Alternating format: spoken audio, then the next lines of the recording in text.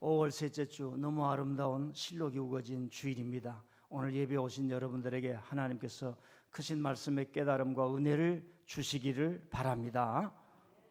예수님 믿고 예배하며 인생을 살아가는 성령 충만한 삶, 말씀 충만한 삶, 기도 충만한 삶은 메마른 사막에서 샘이 솟는 그런 힘을, 그런 에너지를 갖고 산다고 성경이 우리에게 말씀합니다. 하나님 말씀하기를 내가 광야에 길을 낼 것이며 사막에 샘을 내리라 그랬습니다. 내 뱃속에서 생수의 강이 흘러 넘치게 하리라 했습니다. 여러분, 우리가 물이 없이는 살 수가 없습니다. 이 바닷물 말고, 땅속의 물 말고, 지표 안에서 저 빙하의 물 말고, 얼음덩어리 말고 하천 같은 그런 먹을 수 있는 물이 0.4%밖에 안 됩니다. 0.39%밖에 안 돼요. 0.4% 물을 이 지구 두께를 덮으면은 3m, 4m 두께로 덮을 수가 있습니다. 그 0.39%, 0.4%의 물로 지구촌의 생명이 다 지금 살아가고 있습니다. 사랑하는 성도 여러분, 하나님의 말씀과 은혜는 마치 물 같다고 했습니다. 저와 여러분의 삶이 신앙을 소비하는 것이 아니라 살아도 주를 위해 살고 죽어도 주를 위해 살리라고 하는 분명한 신앙관을 회복해서 이 종말의 시대에, 혼란의 시대에 하나님 믿고 살아간 여러분들이 모든 면에서 은혜를 받고 강건해지기를 바랍니다. 저는 지난 2주간 미국을 방문하고 귀국하였습니다. 다 아시다시피 우리 교회에서 유일하게 외국에 가서 영어로 공부를 해서 박사학위를 받는 그런 곳을 좀 축하하기 위해서 겸사겸사 방문을 했습니다. 영어로 공부하는 것은 특별한 기회일 수 있지만 언어가 다른 말로 박사 공부를 한다는 것은 제 입장에서 볼 때는 상상을 초월한 고문입니다. 많은 사람은 그게 그저 되는 줄 알지만 고문이요, 혹독한 자기 훈련이 없이는 얻을 수 없는 그런 겁니다. 공부뿐만이 아니지요. 인생도 그렇습니다.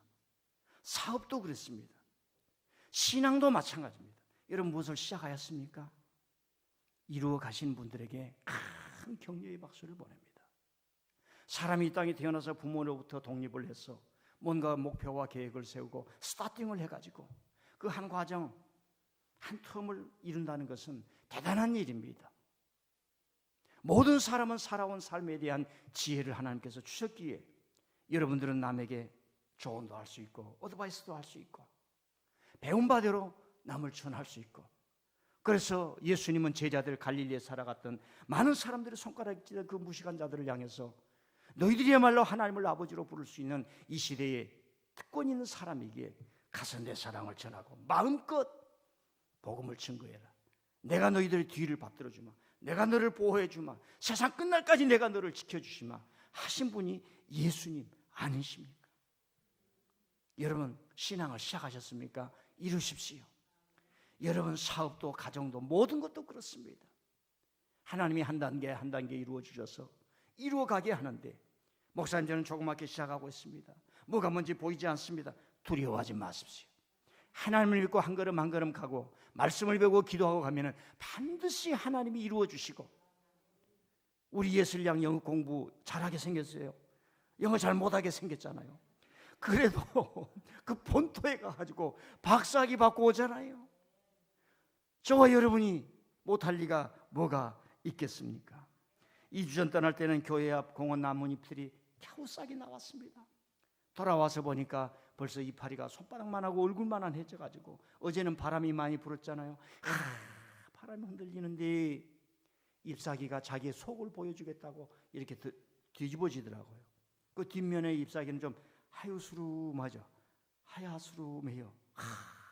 그 모습이 팔락인데 말입니다. 맞아, 성령이 우리의 심령을 저렇게 흩어가고 있습니다. 성령이 예배를 통해서 대한민국을 흩어가고 있습니다. 성령이 목사들의 설교와 성도들의 기도와 찬양과 예배를 통해서 전 세계를 저렇게 흩어가고 있지.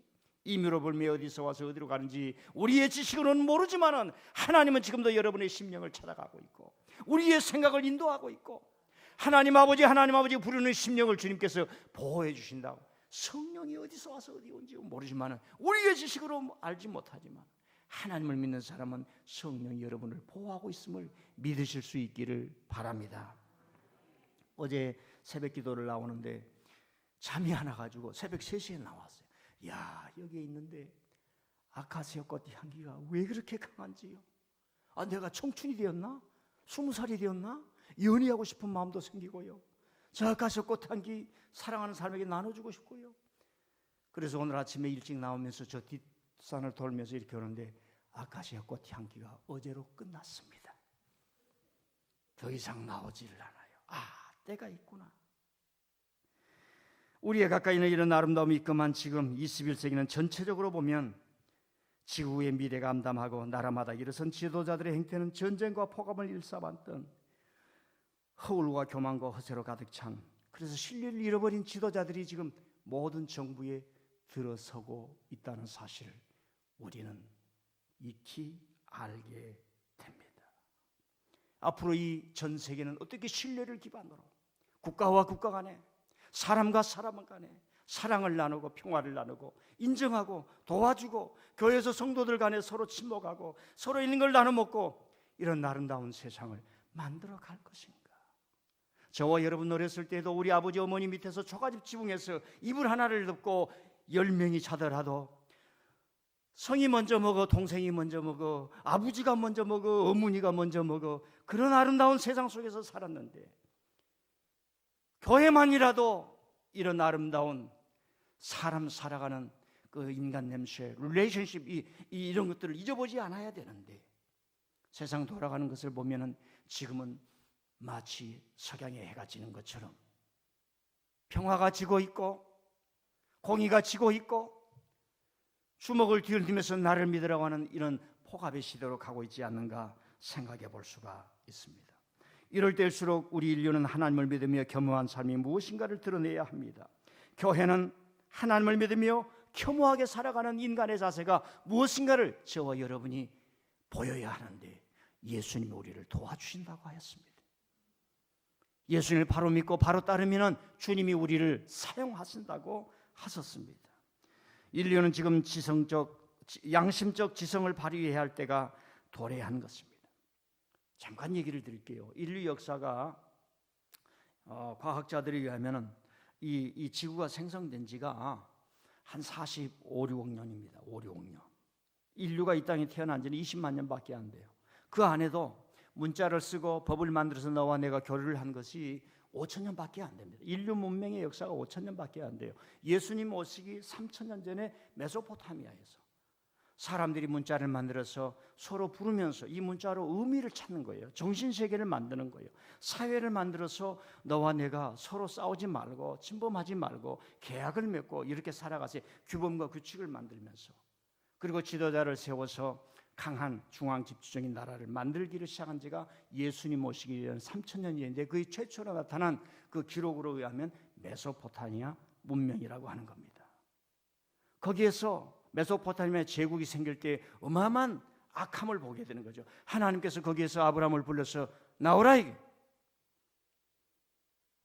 내가 지시할 땅으로 가라, 너를 통해서 천지 만물을 누가 섭리하는 것을 내가 보이리니 너는 믿는 사람이 되라 했던 사람이 아브라함입니다. 그리고 예수님 오신 이후에 2000년 동안, 지금 우리가 2000년 시대를 살고 있지 않습니까? 2000년 시대에 문명의 급속한 발전이 이루어왔는데, 그러면서 두 가지가 나타났어요. 하나는 뭐냐면은 서로 싸우지 말자, 이게 전쟁하지 말자. 그러니까 문명 세계를 이루면서 싸우지 말자, 전쟁하지 말자. 그래서 자기가 방비하고 국가를 방비하는 겁니다. 두 번째는 뭐냐? 이 문명 세계를 만들면 만들수록 사람이 더 싸우는 거예요. 싸우지 말자고 했는데 더 싸우는 거예요. 지금 전 세계를 순간적으로 뒤엎어버릴 수 있는 폭탄과 무수한 무기. 여러분요, 폭탄이 한번 떨어지면 사람이 부딪히면 그 속에 가서 그것이 분열이 되는 거예요. 세포 분열을 하듯이. 그런 폭탄을 쓰지 말라고 해뒀습니다. 가스를 쓰지 말라고 해도 쓰는 세상이 되어버리고 말았습니다. 예수님 바로 오시기 전 그 기간을 통해서 이런 시대를 전국시대, 전쟁하는 시대라고 그랬습니다. 인류 역사 문명 속에서 전쟁 좀 제발 하지 말고 인간답게 살아보자 했던 사람이 소크라테스예요. 플라톤이에요. 공자예요. 붓다요. 맹자예요. 그리고 예수님도 그 시대에 탄생해서 사랑이 무엇이고 인류가 왜 원수를 만들어서는 아니 되는가를 성경을 통해서 우리에게 가르쳐 주었지 않습니까? 그리고 문명세계 최고의 정점에 1차, 2차 대전이 일어나면서 사람이 사람을 이렇게 수천만 명을 순간적으로 죽일 수 있느냐, 사람들이 정신이 벙 떠버렸어요. 저와 여러분은 벌써 시대를 많이 살았기 때문에 그 감각이 없어져요. 그때 나온 철학이 실존 철학이라고 하는 겁니다. 인간이 뭐냐 이거예요. 왜 사람을 죽이냐 이거예요. 왜 인간이 좋은 세상을 만들면서 다른 사람을 죽이고서야 좋은 세상을 만든다고 하느냐? 이 질문을 하면서 인간은 출구가 없다 이 말이에요. 자유할 길이 없다 이 말이에요. 살 길이 없다 이 말이에요. 누구도 도와주지 않는다. 스스로 살아라. 인간은 죽음과 고난과 비존재에 던져진 존재라 그랬습니다. 여러분, 우리는 그렇게 약한 존재예요. 인간은 때로는 그런 거예요. 실존 철학을 통해서 인간을 규범할 때 저와 여러분은 아무리 해도 자유와 구원을 찾을 수 없는 그런 존재입니다. 이런 상황 속에서 오늘 말씀이 말하는 거예요. 살아도 주를 위해 살고 죽어도 주를 위해 죽는다. 이 말씀이 뭘까? 살아도 주를 위해 살고 죽어도 주를 위해 죽하니, 하나님, 그 소리가 무슨 소리입니까? 내가 열심히 벌어서 좋은 집에 살고, 내가 열심히 벌어서 성공해서 살고, 내가 열심히 벌어서 청와대에 앉아 있으면 다 되는 것 아니겠습니까? 남 앞에 내 모든 비즈니스 카드를 보이며 내 명함을 보이면서 남들보다 더 위에 살면서 살면 되지 않습니까? 이게 인간이 가지고 있는 아주 하찮은 하루살이 같은 욕망인데, 거기에서 우리는 벗어날 수가 없는 것입니다. 오늘 우리는 성경의 말씀에 메시지를 듣는 거예요. 살아도 주를 위해 살고 죽어도 주를 위해 죽는다. 나는 뭔가? 나는 없어지고 주를 위해 산다. 이 말씀이 무엇인가? 부딪혀야 됩니다. 부딪혀 봐야 됩니다. 간단하게 말씀드리면, 이 말씀은 초대교회에서 교회가 부흥하면서 히브리 계통의 사람들이 들어오고 이방 헬라 문화 지역의 사람들이 교회로 들어오게 됩니다. 많이 이렇게 들어오게 되는 거죠. 문화가 서로 다르면서 충돌을 하게 됩니다. 그런데 히브리, 즉 구약 계통, 아브라함 전통을 가지고 있는 사람들에게서 금기하는 음식이 있고, 헬라 문화, 이방 문화, 그때 당시에 그런 사람들이 성도로 새신자로 막 들어오면서 이제 믿음을 잘 모르는 사람들 간에 그 음식이 다 시장을 통해서 우상에게 제물을 드리고 이렇게 유통이 되는 과정 속에서 그걸 먹지 말라, 먹어야 된다, 이런 얘기가 나오는 겁니다. 그래서 성경을 자세히 보면 먹는 문제인 것 같아요. 자, 그래도 한번 우리가 성경을 읽고 가겠습니다. 자, 1절 보십시다. 1절. 14장 1절 말씀 시작. 믿음이 연약한 자를 너희가 받되 그의 의견을 비판하지 말라. 믿음이 연약한 자라고 하는 것은 지금 헬라 지역에서 초신자들을 말합니다. 두 번째 2절 시작. 어떤 사람은 모든 것을 먹을 만한 믿음이 있고 믿음이 연약한 자는 채소만 먹느니라. 3절. 먹는 자는 먹지 않는 자를 없인 여기지 말고 먹지 않는 자는 먹는 자를 비판하지 말라. 이는 하나님이 그를 받으셨음이라. 거기까지만 제가 보겠습니다. 그러니까 우리가 사실 초대교회의 음식에 대한 형편을 잘 모릅니다. 그런데 이건 음식의 문제가 아니에요. 사람과 사람 사이에 다툼이 일어나고 교회와 교회에서 성도 간에 어떤 적막한 문제를 가지고 비난하고 힐난하고 정죄하면서 교회가 분열될 때에 지금 바울 사도를 통해서 우리에게 큰 깨달음을 주고 있습니다. 저 사람이 뭐냐? 이 사람이 뭐냐? 하나님이 유대인도 받으셨고 하나님이 헬라인도 받으셨습니다. 여기에서 시작해서 서로 정죄하지 말고 비판하지 말고, 즉 인간의 문제를 얘기를 하고 있습니다. 여러분, 독일의 총리 메르켈이라고 하는 분을 아시지요? 그분은 아버지가 목사님입니다. 서독에서 목회 생활을 하고 있는데 루터교에서 동독의 공산주의에 교회가 비었으니까 갈 사람 없냐 해서 이 아버지는 갔습니다. 가자마자 아이가 태어납니다. 서독에서. 그리고 태어나자마자 며칠도 되지 않는데 이 메르켈의 꼬막은 삐야삐야삐야 할 때 동독으로 어머니랑 같이 가서 살게 되면서 공산주의 치하에서 삽니다. 중요한 것은 훗날 저와 여러분이 알다시피 통일이 되었지 않습니까? 서독의 입장에서 보면 동독 출신인 이 여인을 총리로 삼을 수가 있습니까? 여러분, 2차 대전 이후에 독일이 무너졌습니다. 전 세계가 그들을 인정하지 않았습니다. 가장 많은 미군이 독일을 주둔하면서 독일은 군인도 없습니다. 그런 세상에서 독일을 가장 강성하게 만들고 금융위기 이후에 유럽에서 최고의 나라로 만든 사람이 메르켈이었어요. 만일에 대한민국이 남과 북이 통일이 되었을 때 너는 북에서 왔지 너는 남에서 왔지 이 문제를 가지고 모두가 다 한민족 사람이라 이 거대한 생각을 갖지 못하면 우리는 문제를 해결할 수 없는 말씀으로 우리는 적용해 볼 수가 있습니다. 자, 이 말씀을 가지고 제가 오늘 먹는 문제라기보다는 조금 신학적이고 철학적이고 신앙적인 깊이 있는 말씀을 좀 여러분들에게 전하고자 합니다. 살아도 주를 위해 살고 죽어도 주를 위해 죽는다. 어마어마한 말씀이죠. 우리가 신앙생활을 하면서 얻는 유익이 무엇입니까? 분명한 거죠. 하나님이 가르쳐주는 그 말씀을 믿고 가는 그 분명한 길, 이 진리의 길, 영생의 말씀, 내 발의 등이요. 내 발의 등이요. 하나님의 말씀은 꿀송이같이 달다고 할 땐 그 말씀, 그걸 진리를 믿기 때문에 저와 여러분이 마치 진리를 소유하고 진리인 양 이렇게 믿음의 든든한 인생이 되지 않을 수 없습니다. 그런 힘이 우리에게 주어지는 거죠. 그래서 말씀을 사모하라, 말씀을 따르라, 말씀을 믿으라 이런 말씀을 우리가 하지 않습니까? 제가 이제 질문하는 거예요. 바울 사도는 살아도 주를 위해 살고 죽어도 주를 위해 죽는다. 이야, 그런데 하나님을 위해서 살면 살수록 자기가 드러나는 거예요. 하나님을 위해서 살면 살수록 자신이 든든해지고 자기가 더 커지고 자기가 더 든든해지고 자기의 어떤 그 정체성이 분명해지는 거지요. 우리 공직자들이 있고 목회자도 마찬가지 어떤 공적 삶을 사는 거죠.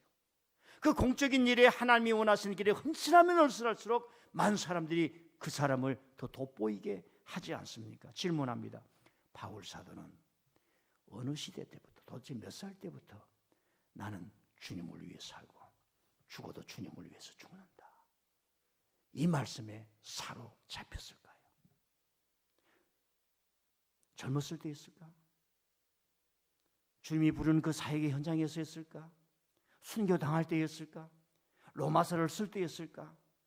다시 거꾸로 질문해봐요. 저와 여러분이 이런 신앙이 있습니까? 속으로 한번 대답해보세요. 내가 살아도 주를 위해 살고 죽어도 주를 위해 죽는다. 이 신앙이 여러분 가슴 속에 있습니까? 어느 때부터였습니까? 10대 때? 성령 받을 때? 민들레 교회에 왔을 때? 내 결혼할 때? 어느 때였습니까?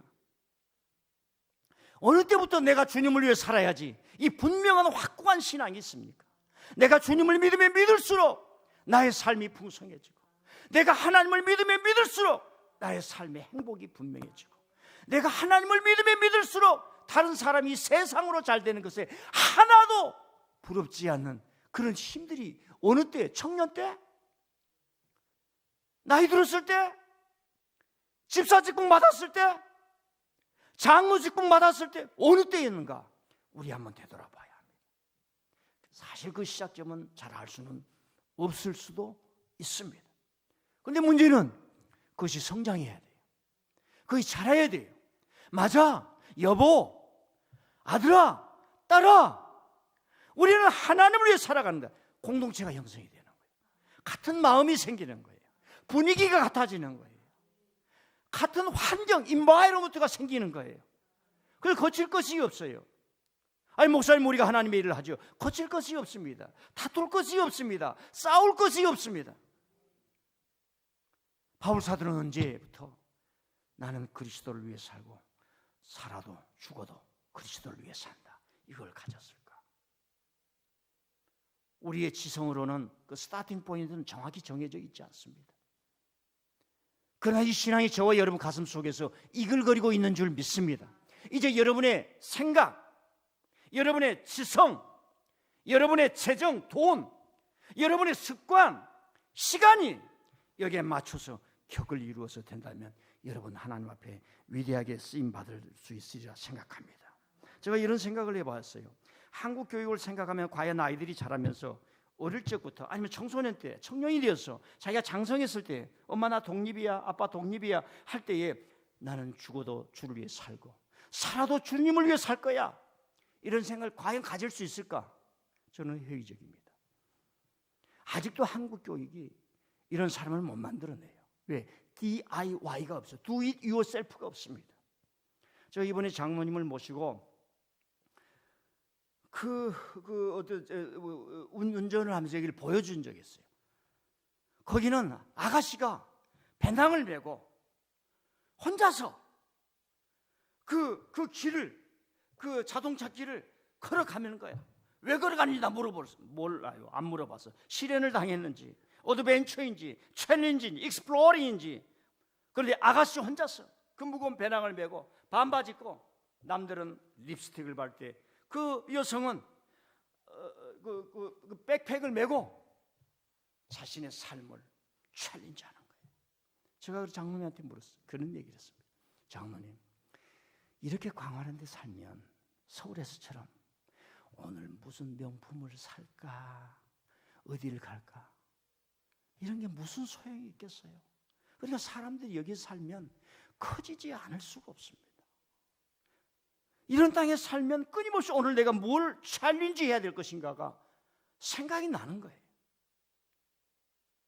우리가 얼마나 이 도시라고 하는 답답한 생활 속에서 잘못되고 허비하고 그저 방송에서 몇 마디 하면서 누가 어땠다니 누가 어땠다니 만날 이런 소리로 내 삶을 소비해버리고 거기에 빨려 들어가면서 살아가는 삶이 얼마나 비굴한 삶인지 우리가 그 광활한 대지를 운전하면서 보면서 느낀 점이 저에게 있었습니다. 제가요, 한국 공항을 올 때마다 조금 마음이 불편한 점이 있어요. 인천공항 잘 해놨지요. 그런데 공항 요소요소에 보면은 연예인들을 등장시켜서 대한민국은 이렇게 좋습니다, 뭐 좋습니다, 이런 식으로 선전 문구나 광고문이 많아요. 근데 제가 뭐 많이는 가보지 않았지만 다른 나라의 공항에 가면 그런 게 없습니다. 어떻게 한 사람의 시민을, 연예인들을 등장해서 한 나라의 국가를 연예인들이 이게 좋습니다라고 해서 그 판단과 생각을 우리가 따라가야 하는가? 이런 선전 매체에 아직도 이런 문화를 만들어야 되는가? 이런 걸 생각할 때 저는 조금 불편해요. 사랑하는 성도 여러분, 여러분 신앙생활을 시작하였습니까? 나는 예수님을 믿는 사람이야. 예수님이 나의 인생의 구원자야. 나는 예수님을 믿을수록 힘이 나. 나는 예수님을 믿을수록 공부도 더 열심히 하고 싶어. 나는 예수님을 믿으니까 일도 더 열심히 하고 싶어. 나는 예수님을 믿으니까 내 가슴이 너무 뜨거워서 기도하지 않고는 살아갈 수가 없어. 나는 예수님을 믿으니까 하고 싶은 일이 너무 많아. 너무 많아. 나 혼자 이걸 정리할 수가 안 돼. 정리가 안 돼. 그러니까 하나님께 기도해. 이루어질 것을 이루어지게 해달라고 기도해. 막 기도에 불이 붙어 견딜 수 없는 사람, 그런 사람이 되실 수 있기를 바랍니다. 너무 많은 사람들이 교회에 왔다 그저 가는 거예요. 시간을 많이 쏟아보시기를 바랍니다. 여러분, 내가 알고자 하는 것도, 이 세상에서 구하고자 하는 것도 아파트 하나를 얻기 위해서 이곳저곳을 찾고 이곳저곳을 뒤지는데 하나님을 알기 위해서 얼마나 많은 시간과 내 삶을 행복으로 만들고 축복으로 만들고 그분을 만나기 위해서 내 자신을 얼마나 깎아내야 돼요. 사실 하나님을 찾는다는 것은 내 자신을 깎아내는 훈련이에요. 여러분, 결혼이라는 것도 다 깎아내리는 훈련입니다. 자기를 내세울수록 안 되는 거예요. 교회 생활도 마찬가지예요. 저는 사실 조금요, 여러분들에게 감사해요.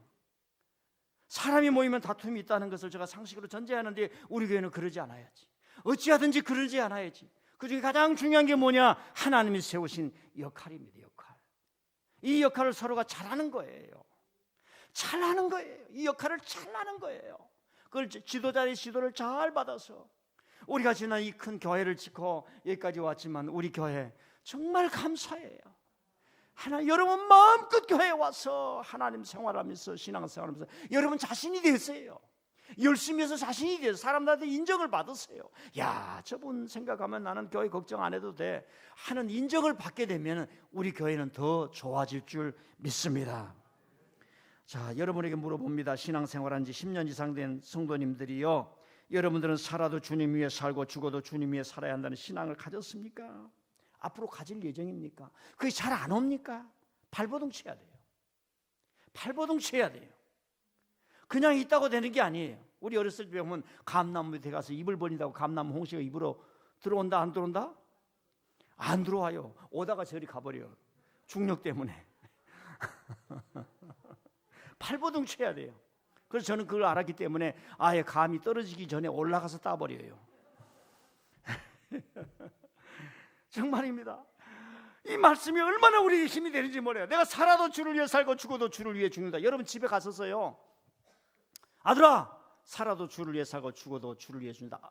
이제는 살아도 너를 위해 살고 죽어도 너를 위해 내가 아빠 죽으리라. 한번 해보세요. 하나님이 그래 그렇게 해 말합니다. 분리되지 않아요. 분리되지 않습니다. 하나님을 사랑하는가? 나를 모르는 이웃까지도 사랑하라 그랬어요.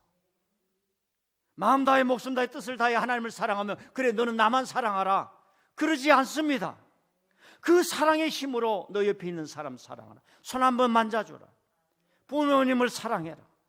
오늘 스승의 주일입니다. 여러분에게 분명히 가르쳐 주신 분이 있어요. 우리 젊은 사람들, 저도 마찬가지고 가장 큰 스승은 부모님입니다. 우리는 오늘 부모님을 잃어버리고 살아요. 부모님을 멀리해야 잘 되는 것처럼 살아가고 있습니다. 얼마나 헛된 지식에서 우리가 방황하고 있습니까? 절대로 안 되게 되어 있습니다. 원리입니다. 하나님 없이는 인생은 잘 될 수가 없어요. 살아도 주를 위해 죽어도 주를 위해 죽는다. 얼마나 아름다운지 모릅니다. 제가요, 이발을 하는데 그 이발소에 가는데 갈매동에 있는데 어딘지 안 가르쳐 주는데 한 6개월 됐어요. 그래서 이 얘기를 나오다 보니까 이분이 결혼식도 안 하고 동거를 하고 살더라고. 그래서 속으로 혼내줄까 하다가 또 그래서 작년 늦가을에 결혼을 했어요. 토요일 날 했기 때문에 우리 교인도 아니기 때문에 제가 참석을 할 수가 없어서 또 머리 깎는다고 축하금을 보냈어요. 지난 3주 전에 아이가 출산을 했어요. 그래서 내가 기저귀 사라고 또 출산비도 드렸어요. 얼마나 가정의 기쁨입니까? 그래서 갈 때마다 물어봐요. 그러니까 요즘 애기가 울어싸서 죽는다 그러더라고. 이제 인생 끝났다. 인생 끝났어. 이제 애기를 위해서 살아야 돼. 그게 아빠야. 온몸에 문신을 해도 왜 이렇게 문신을 많이 했냐? 그러니까 마음은 착해. 우리 딸도 문신을 했는데 내가 마음이 괴로워 죽겠다니까. 아이, 그러지 마세요. 다 그렇게 하고 삽니다. 그러더라고. 그래서 제가 넓은 마음을 갖게 되었어요. 자, 그 아이가 태어나니까 그 아빠가 얼마나 좋아하는지 몰라요. 여러분, 아이가 태어날 때는 가정의 기쁨이요, 엄마 아빠의 기쁨입니다. 말로 할 수 없는 은혜를 우리가 받을 수 있고 하나님 그를 통해서 축복을 해주셨습니다. 그런데요, 그 아이가 자라면서 어느 순간에는 반드시 해결해야 될 문제가, 짐이 있습니다. 의무가 있습니다. 나는 어떻게 살 것인가? 나는 어떻게 살 것인가는 윤리 문제가 아니라 종교 문제예요. 내 영혼의 구원자는 누구인가? 아버지 어머니가 아니에요. 아버지 어머니 나를 도와주신 분이에요. 내 삶의 구원자, 내 인생의 구원자, 그 하나님을 내가 어떻게 만나야 될 것인가? 그건 아무도 피해갈 수가 없어요. 성공한 사람도 피해갈 수가 없어요. 이 세상에 생명을 가지고 태어난 모든 인간 존재는 나는 누구를 믿으며 하나님을 믿으며 예수를 믿으며 살아야 한다는 이 짐에서 벗어날 수가 없습니다. 이게 하나님이 만들어 놓은 거예요. 수고하고 무거운 짐진 자들아 다 내게로 오라. 내가 너희를 쉬게 하리라. 영접하는 자 곧 그 이름을 믿는 자들에게 나 하나님의 자녀가 되는 권세를 주셨느니라. 예수님이 길 만들어 놓으셔서 그 길을 걸어가면 됩니다. 그냥 쉽습니다. 내가 주님을 믿습니다. 잘 안 되면 하나님 도와주세요. 하나님이 안 도와주면 교회 오면 목사님이 다 도와줍니다. 예배에 10번만 참석하면 은혜를 못 받으면 그 심령은 철심정이에요. 철심령. 사랑도 할 수 없는 고독한 심령이에요. 설교 10번을 들어보고 적어보고 그 뜻이 무엇인가를 물어보고 질문해보면 여러분의 심령이 뻥 뚫릴 줄 믿습니다. 믿음이 막 오는 거예요. 믿음이 막 와. 제가 중학교 때예요, 초등학교 때예요, 고등학교 때 그런 선생님 한 번 만났으면요, 지금보다 좀 더 잘 됐을 거예요. 그 사람을 못 만나가지고 하나님이 너무 기다리다가 안 가니까 아예 성령님이 찾아오셔가지고 저를 떼기를 쳐가지고 완전히 두 손 들게 하시고, 제가 나이가 70이 가까이 오지만요, 아직 내 안에 샘물이 마르지 않았어요. 하나님의 말씀의 힘이 콱콱 솟아납니다. 자, 이제 시간이 가니까 그래도 미국 갔다 왔으니까 미국 갔다 온 이야기를 좀 해야죠. 제가 한 사람을 소개하고자 합니다. 세무엘 스텔린. 세무엘은 사무엘이에요. 이분이 우리 예슬양이 공부한 대학교의 총장입니다. 저 사람이 세무엘 스텔린이라고 하는 사람인데, 총장인데, 학생이 놀라지 마세요. 3만 5천 명. 저 그 학교에 가서 다 조사를 했어요. 다른 사람은 학교 건물 구경하더라고. 나는 좀 달라요. 3만 5천 명인데 학생 졸업생이 너무 많으니까 한꺼번에 졸업을 할 수가 없어요. 그래서 학부생들 대학교 4학년 졸업하면 그 사람도 따로, 의학 박사들도 의학생들도 따로, 그 다음에 박사학위 수여식, 박사학위를 받는 사람 졸업식이라고 그러질 않아요. 그 수여식이라고 합니다. 한번 수여식, 어디 가도 창피하게 박사 졸업 그런 거 아니에요. 이제 졸업은 대학생을 과정을 다 마쳤을 때 졸업이라고 그래요. 수여식이라고 합니다. 그래서 저 체육관에서 하는데, 제가 저기 가서 체육관을 의자가 몇 개인가 씌워봤어요. 또 거기 가만 앉아가지고.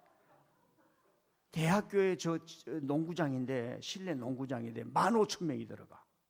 근데 저렇게 앉은 게 아니라 저것은 지금 시합할 때예요. 다 돈 주고 들어갑니다. 저 학교 옆에 캠퍼스가 있죠. 저 캠퍼스가 얼마나 크냐면, 대학교 하나가, 놀라지 마세요. 또 입 찢어지가 또 두렵네. 여기서부터 여기까지가 2.5km, 저기서부터 저까지가 2.5km예요. 상상이 됩니까? 놀라지도 않네. 여기 갈매도 끝자리가 700m도 안 돼요. 2.5km라니까? 거기에서 박사학위를 하신 분이에요. 근데 제가 이제 그 박사학위 수여식을 하는데, 그 앞에 다 모여 있고, 이제 저 관중석에는 부모님들이 한쪽에 앉아 있어요. 부모님이 거의 제가 생각한 한 2,000명 앉아 있는 것 같아요. 그랬는데 선생님들이 다 있어요. 지도하는 박사 공부는 선생님 많이 공부를 못 가르칩니다. 1년에 1명 아니면 2명 정도 가르쳐요. 그래가지고 한 4년, 5년, 3년 해서 끝내게 됩니다. 그래서 이 선생님 한 분 앉고 그 옆에 이제 학위를 받을 이제 학생 한 사람 앉고 있는데, 제가 또 거기를 세봤어요. 500명이 앉아 있는 거예요. 그 앞에만 500명이 앉아 있고, 그 뒤에 한 2,000명이 부모님들이 이제 막 자기 아들 나오면 와 소리를 질러주고, 예술이 나올 때도 제가 소리를 지르면 목까지 지금 쉬어가지고 저 총장님이 말입니다. 이제 앞에 한 사람씩 이름을 불러. 예술 최 그러면 이제 그 자기 담당한 선생님하고 나오면 담당한 선생님이 이 후드 박사 후드를 이렇게 걸어줘요. 그러면 이렇게 나오면 저 총장이 거기서 학위 증서를 주면서 교수님과 악수를 하고 그 박사 닥터에게 악수를 하는 거예요. 500명을 하는 거예요. 500명을 하는 거예요. 2시간 반 동안. 저분이 좀 사진이 멉니다만은 내가 그때 당시 보았을 때는 나이가 70이 넘은 사람이었어요. 저기에서 리추얼, 이 예전이라고 하는 게 무엇인가를 제가 압니다. 배웠습니다. 우리는요, 자기 아들 저렇게 나오면 다 가버려. 텅 비어버려. 여러분, 미국은 절대로 그렇지 않습니다. 소사이티를 이룬 사람들. 교회에서 목사님이 오늘 가지 마십시오. 5시에 밥 먹으러 오십시오. 반드시 와야 돼요. 그래야 큰 소사이티가 되는 거예요. 제가 찾아왔습니다. 저 사람 나이가 얼마나 될까? 저보다 4살이 많더라고. 67세. 한국 나이로. 그래 2시간 본다. 악수를 하고 격려를 하고. 그리고 끝나고 나오는데 가서 제가 일부러 또 사진 찍으려고 거기 있는데, 이 사람이요 막 주먹을 쥐면서 파이팅을 하면서 학부모님들 향해서 이렇게 하고 나오는 거예요. 여러분 상상이 되는 거, 2시간 반 동안 악수를 500명을 해주는 거예요. 한 번 하고 또 흔들고. 세무엘 스탠리 2019년, 예슬이는 잘 모를 거야. 난 다 조사를 해. 2019년도에 올 때에 1년 연봉이 8억, 지금 연봉이 기본급이 12억 5천, 거기에 연말에 20% 보너스를 줘. 제가 20%가 얼마 되니까 4억. 그게 기본급이에요. 그리고 플러스 알파. 이제 미국은 크게 노는 거예요. 한 달을 크게 놉시다. 여러분, 사람 째째하게 놀지 말아요. 교회할 때 믿음 좀 크게 손나요. 그 이사회에서 다 하겠죠. 큰 일을 했겠지요. 저 아내를 제가 찾아봤습니다. 중국 사람이 중국에 혁명 나기 전에 미국으로 이민 와가지고 시카고에서 딸을 낳는데 중국계 여인하고 결혼을 했습니다. 이름을 사무엘이라고 지은 거 보니까 기독교 가정이 아닌가 생각을 합니다. 저 학교에 가서 저 큰 체육관을 15,000명이 들어간 체육관, 여러분 미국 모든 교회는 그 실내 농구장이 저렇게 있고요, 또 마당도 얼마나 넓은지 축구장이요 한 서너 개씩 다 있어요. 학교가 2.5km라니까 여기서 2.5km, 저기서 저쪽으로 2.5km. 저걸 보면 저는 좀 뚜껑이 열려요. 우리는 말입니다, 볼 찰 데가 없어가지고 모래밭에 사다가 말입니다 넘어져가지고 말입니다 살이 다 깎여 말입니다. 약도 못 발라고 집에 오면은 말입니다 어머니가 된장 발라준 세상에 살았는데, 참 저 사람들은 어떤지 우리가 배울 점이 너무 많습니다. 그러니까 여러분의 손자들은 기도해서 저런 곳에 가서 공부를 해볼 필요가 있어요. 여기서 말입니다 친구 노트 빌려가지고 말입니다 안 준다 안 준다 말입니다. 그런 식의 공부가 아니라 내 스스로 살아도 주를 위해 살고 죽어도 주를 위해 죽는다. 내가 여기서 가장 멋지게 공부를 하고 그 이후에 미국물 먹었다고 의시되는 것이 아니라 정말로 공부할 사람들에게 지도하고 가르쳐주면서, 저 총장이 그 학생 때 전공했던 게 바이오 이 세균학이에요. 그래가지고 지금 저 학교의 사이트를 들어가 보니까 이번에 코로나 시대를 완벽하게 방어하는 그런 정책을 쓴 거예요. 클린 그 MSU라고 그러는데 그런 정책을 쓰는 저분이 되었어요. 자, 설교를 맺겠습니다.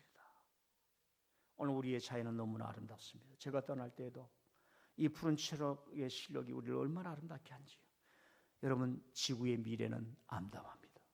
이럴 때일수록 우리 크리스찬들이 어떻게 살아야 될 것인가, 우리 젊은이들이 어떻게 살아야 될 것인가, 왜 우리 부모님은 먼저 신앙을 믿고 저렇게 살았는가 좀 생각을 갖고, 여러분이 신앙이 지금 이 순간부터 내가 살아도 주를 위해 산다, 죽어도 주를 위해 산다, 돈 있으면 주를 위해 산다, 돈 있으면 죽어도 주님을 위해 산다, 나는 교회를 사랑한다, 하나님이 하라고 하는 내 인생을 행복으로 만들어내야지, 은혜로 만들어내야지, 이 결단이 바울 사도처럼 있어야 할 줄 믿습니다. 신앙을, 하나님을 믿는 신앙은 우리를 얼마나 감격하게 하는지, 하나님을 믿고 예배하는 삶은 얼마나 우리를 행복하게 하는지, 하나님을 믿고 사는 삶은 오늘 우리에게 얼마나 많은 영감을 주는지, 하나님 안에서는 무한한 세계가 열림을 믿습니다. 사랑하는 성도 여러분, 교회를 사랑하시고 여러분의 인생을 살아가시고 지구 공동체의 아름다운 윤리를 사랑하면서 주님을 믿는 사람으로서 향기 내시기를 바랍니다. 하나님